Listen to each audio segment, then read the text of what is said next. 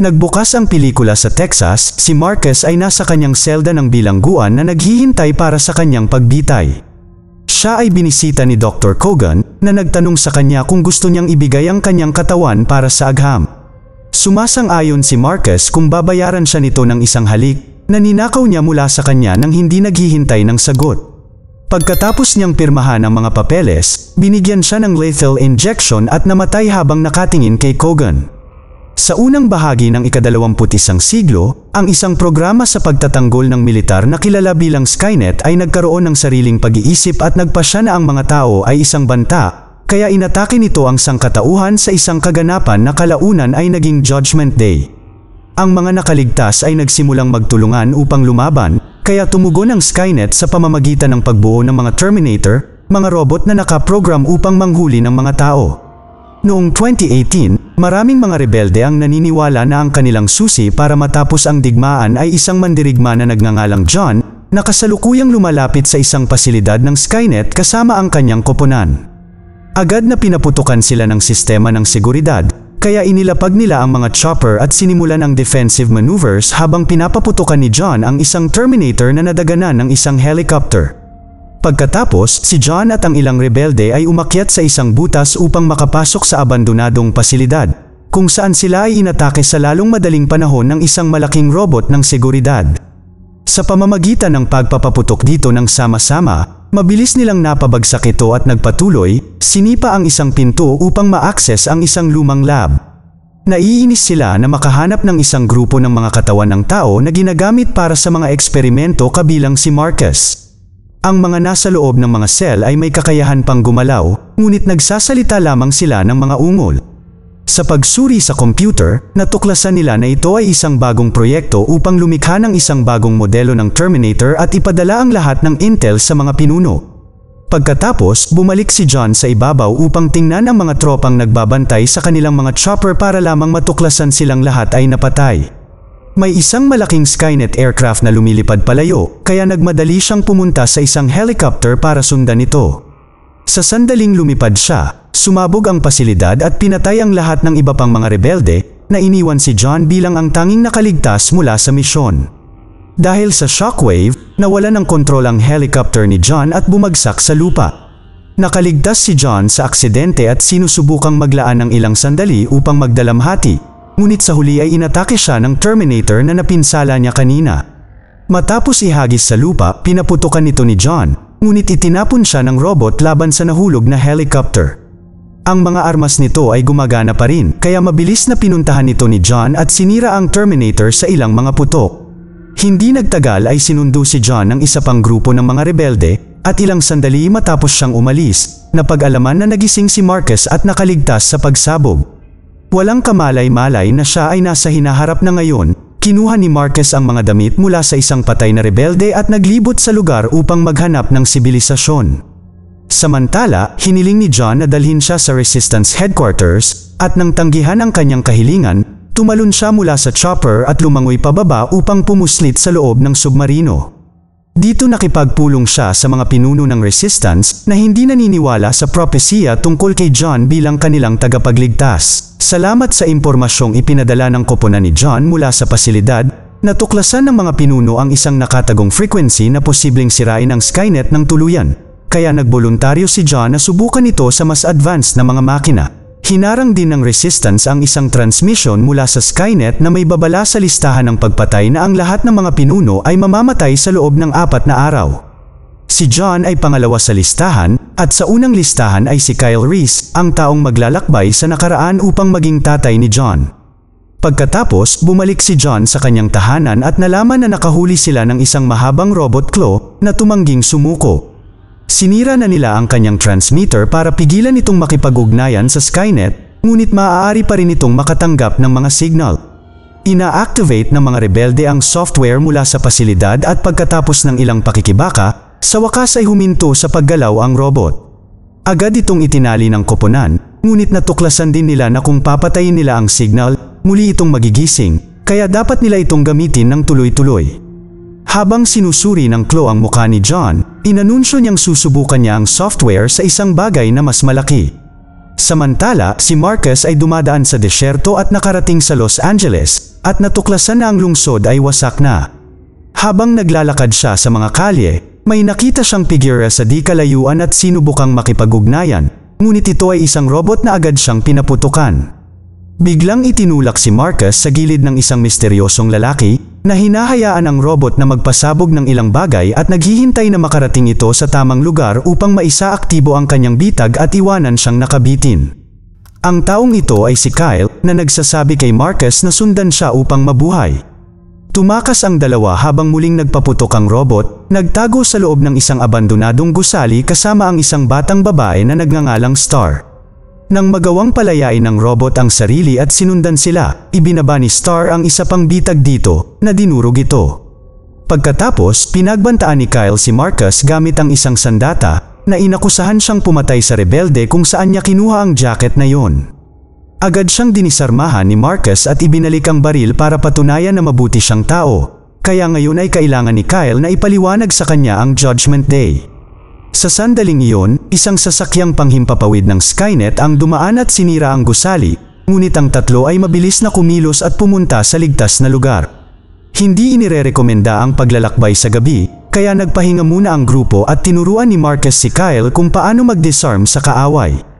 Nagawa rin ni Marcus na ayusin ang isang lumang radyo na nakatanggap ng mensahe mula kay John, na ang mga pang-araw-araw na broadcast ay nakatuon sa pagsasabi sa sinumang nakaligtas doon tungkol sa resistance at pagtuturo sa mga tao kung paano aatakihin ang isang Terminator. Kinaumagahan, nakahanap si Marcus ng lumang kotse at inayos ito para makaalis na sila. Nagsimula ang isang pagtatalo dahil gusto ni Kyle na hanapin si John sa silangan, ngunit gusto ni Marcus na magtungo sa North sa Skynet upang malaman kung ano ang nangyari sa kanya. Bigla silang nagambala ng isang Skynet scout na papalapit sa kanila. Agad na sumakay ang tatlo sa kotse at mabilis na nagmaneho ngunit hindi nagpaputok ang scout, iniska nito ang kanilang mga mukha habang sinisipa ito ni Kyle. Sa bandang huli, kusang lumipad ang scout kaya hinagisan ito ni Marcus ng kasangkapan para bumagsak ito.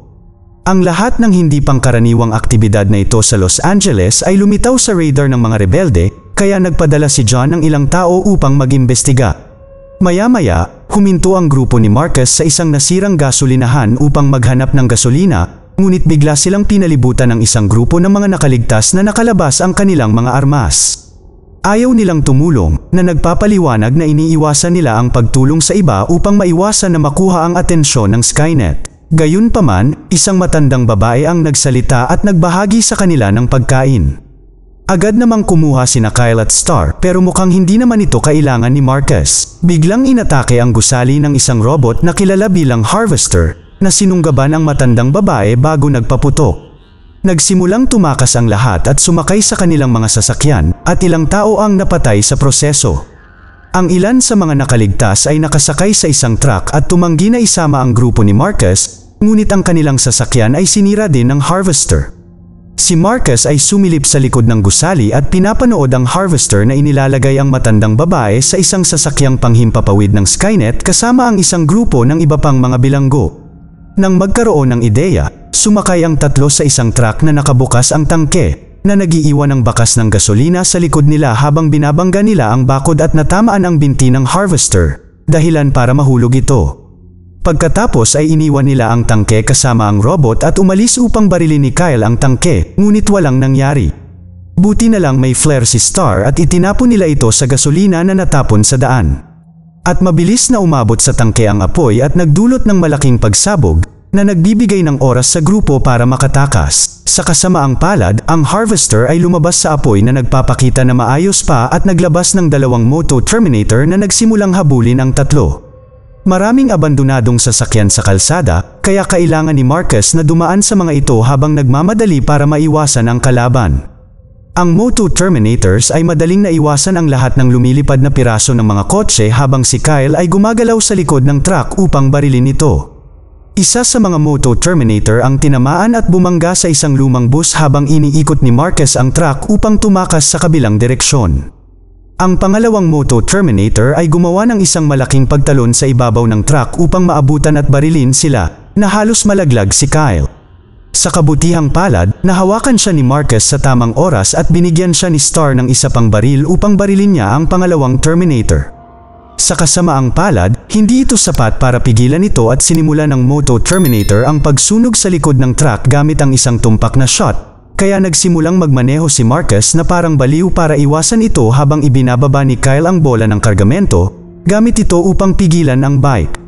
Tinamaan nila ang lahat ng mga inabandunang sasakyan sa kalsada, ngunit sa oras na marating nila ang tulay, isang sasakyang panghimpapawid ng Skynet ang bumaril sa lupa upang harangan ang kanilang daan. Dahil sa biglaang paghinto, lumipad ang bisikleta at tumama sa sasakyang panghimpapawid na humila sa truck sa proseso.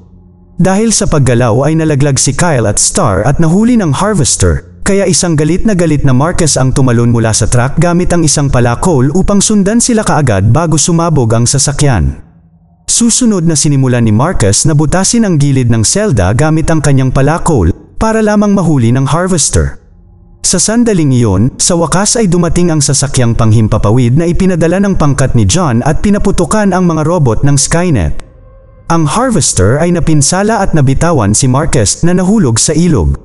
Agad na pinaputukan ng Skynet ang mga rebelding eroplano at naganap ang isang habulan, ngunit mas mabilis ang kaaway at mabilis na pinatumba ang rebelding sasakyang panghimpapawid. Sakto namang nakalabas si Pilot Blair sa kanyang upuan habang lumilipad ang mga sasakyan ng Skynet. Makalipas ang ilang sandali, lumabas si Marcus sa ilog at napansin na na-stuck si Blair sa isang tore. Umakyat si Marcus at binigyan siya ng kutsilyo para tulungan siyang makalaya at sinalo siya bago siya mahulog. Sumang-ayon silang pumunta ng magkasama sa base ng mga rebelde at humihinto lamang sila sa gabi upang magpahinga. Maya-maya ay lumabas ang isang grupo ng mga nakaligtas at kinuha ang baril ni Blair, handang atakihin siya. Mabilis na nag-react si Blair at nagawang patumbahin ang dalawang kaaway, ngunit napakarami nila at sa huli ay nadaig siya. Sa sandaling iyon ay lumabas din si Marcus at binasag ang isang piraso ng kahoy sa isang lalaki para pakawalan niya si Blair. Pagkatapos ay pinagpatuloy niya ang pagbugbog sa lahat. Matapos saksakin ang isang lalaki, ginamit niya ang lalaki bilang panangga sa paparating na bala bago bugbugin ang namamaril. Nang papatayin na niya ang huling lalaki, binaril muna ni Blair ang kanyang binti upang hindi siya makatakas. Samantala, gustong subukan ni John at ng isang kaibigan ang bagong signal sa mas malalaking makina, kaya gumawa sila ng pagsabog para makuha ang atensyon ng kalaban. Nang may dumating na sasakyang panghimpapawid ng Skynet, binuksan nila ang signal at pinapanood ito kung paano nagsisimulang umalog ang eroplano at dahan-daang bumaba hanggang sa bumagsak ito sa lupa. Agad itong pinasabog ni John ng isang missile at pagkatapos ay nakipag-ugnayan sa mga pinuno ng Resistance upang ibigay sa kanila ang mabuting balita at gumawa ng plano ng pag-atake. Gayunpaman, nang banggitin ni John ang mga taong bilanggo, pinutol ng pinuno ang tawag. Habang pinag-uusapan ang tungkol sa mga bilanggo, dinala sila sa isang malaking pasilidad ng Skynet at ikinulong sa likod ng mga bakod. Nang subukan ng isa sa kanila na tumakas sa pamamagitan ng pag-akyat, binaril siya ng mga robot. Nang maglaon, habang inililipat sila, nagnakaw si Kyle ng isang piraso ng metal na nakita ng isang robot na gwardya at kinuha siya at iniwan si Star kasama ang matandang babae. Sa umaga, dumating sina Blair at Marcus sa perimeter na nagpoprotekta sa base ng mga rebelde na may isang grupo ng mga magnetized na pampasabog na espesyal na ginawa upang harapin ang mga Terminator. Inakay ni Blair si Marcus sa isang ligtas na landas, ngunit biglang may isang minahan na dumikit sa binti ni Marcus at sumabog. Hindi nagtagal ay dinala siya ng mga rebelde sa base habang si Marcus ay patuloy na nakakakita ng flashback kay Cogan at sa kanyang pagbitay. Ang isang doktor ay namamahala upang gamutin siya, ngunit pinatulog siya ng isa sa mga rebelde. Nang magising si Marcus, nakakadene siya habang ang iba ay pinagmamasdan siya ng may pag-aalala. Sinabi nila sa kanya na ang utak at puso na lang ang tanging natitirang organs sa bahagi ng katawan niya at gusto nilang malaman kung sino ang bumuo sa kanya, ngunit iginiit ni Marcus na siya ay tao. Sa sandaling iyon ay sinabi nila sa kanya na tignan niya ang kanyang katawan at nagulat si Marcus nang matuklasan na siya ay naging isang cyborg Terminator salamat sa donasyon ng kanyang katawan. Walang tiwala sa kanya si John, kaya sinubukan ni Marcus na sabihin sa kanya na si Kyle ay buhay pa at nahuli ng Skynet bilang patunay na siya ay nasa kanilang panig. Ngunit wala pa rin tiwala si John at pinanatili siyang nakakadena. Sinubukan siyang ipagtanggol ni Blair na nagsasabing iniligtas siya ni Marcus, ngunit iginiit ng iba na maaaring ito ay isang bitag. Pagkatapos, binaril ng isang rebelde si Marcus bilang paghihiganti sa pagkawala ng kanyang kapatid sa mga Terminator.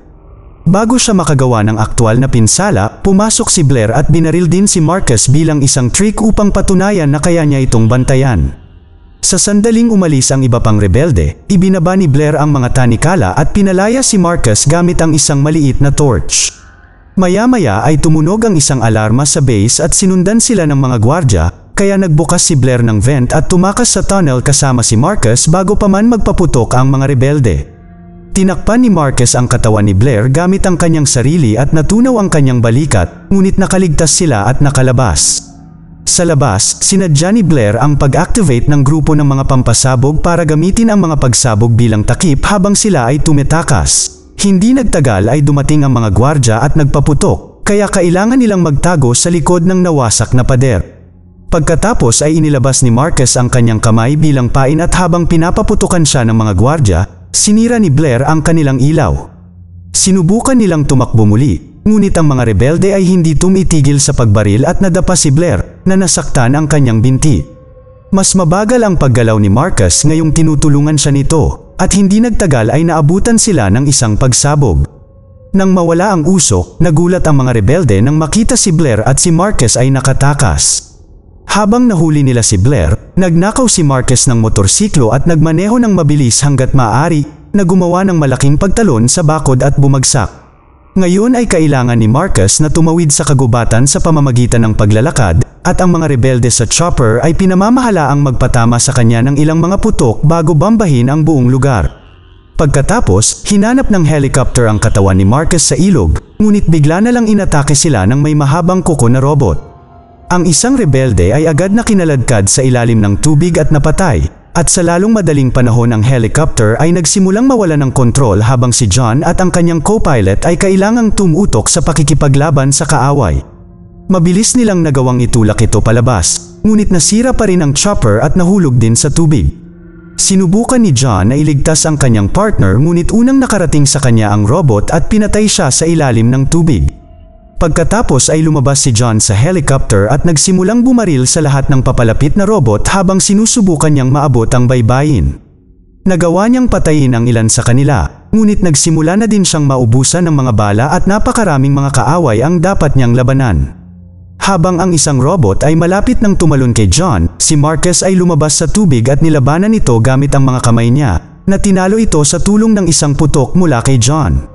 Dahil hindi pa rin sigurado si John kung dapat ba niya itong pagkatiwalaan, nag-alok sa kanya si Marcus ng deal.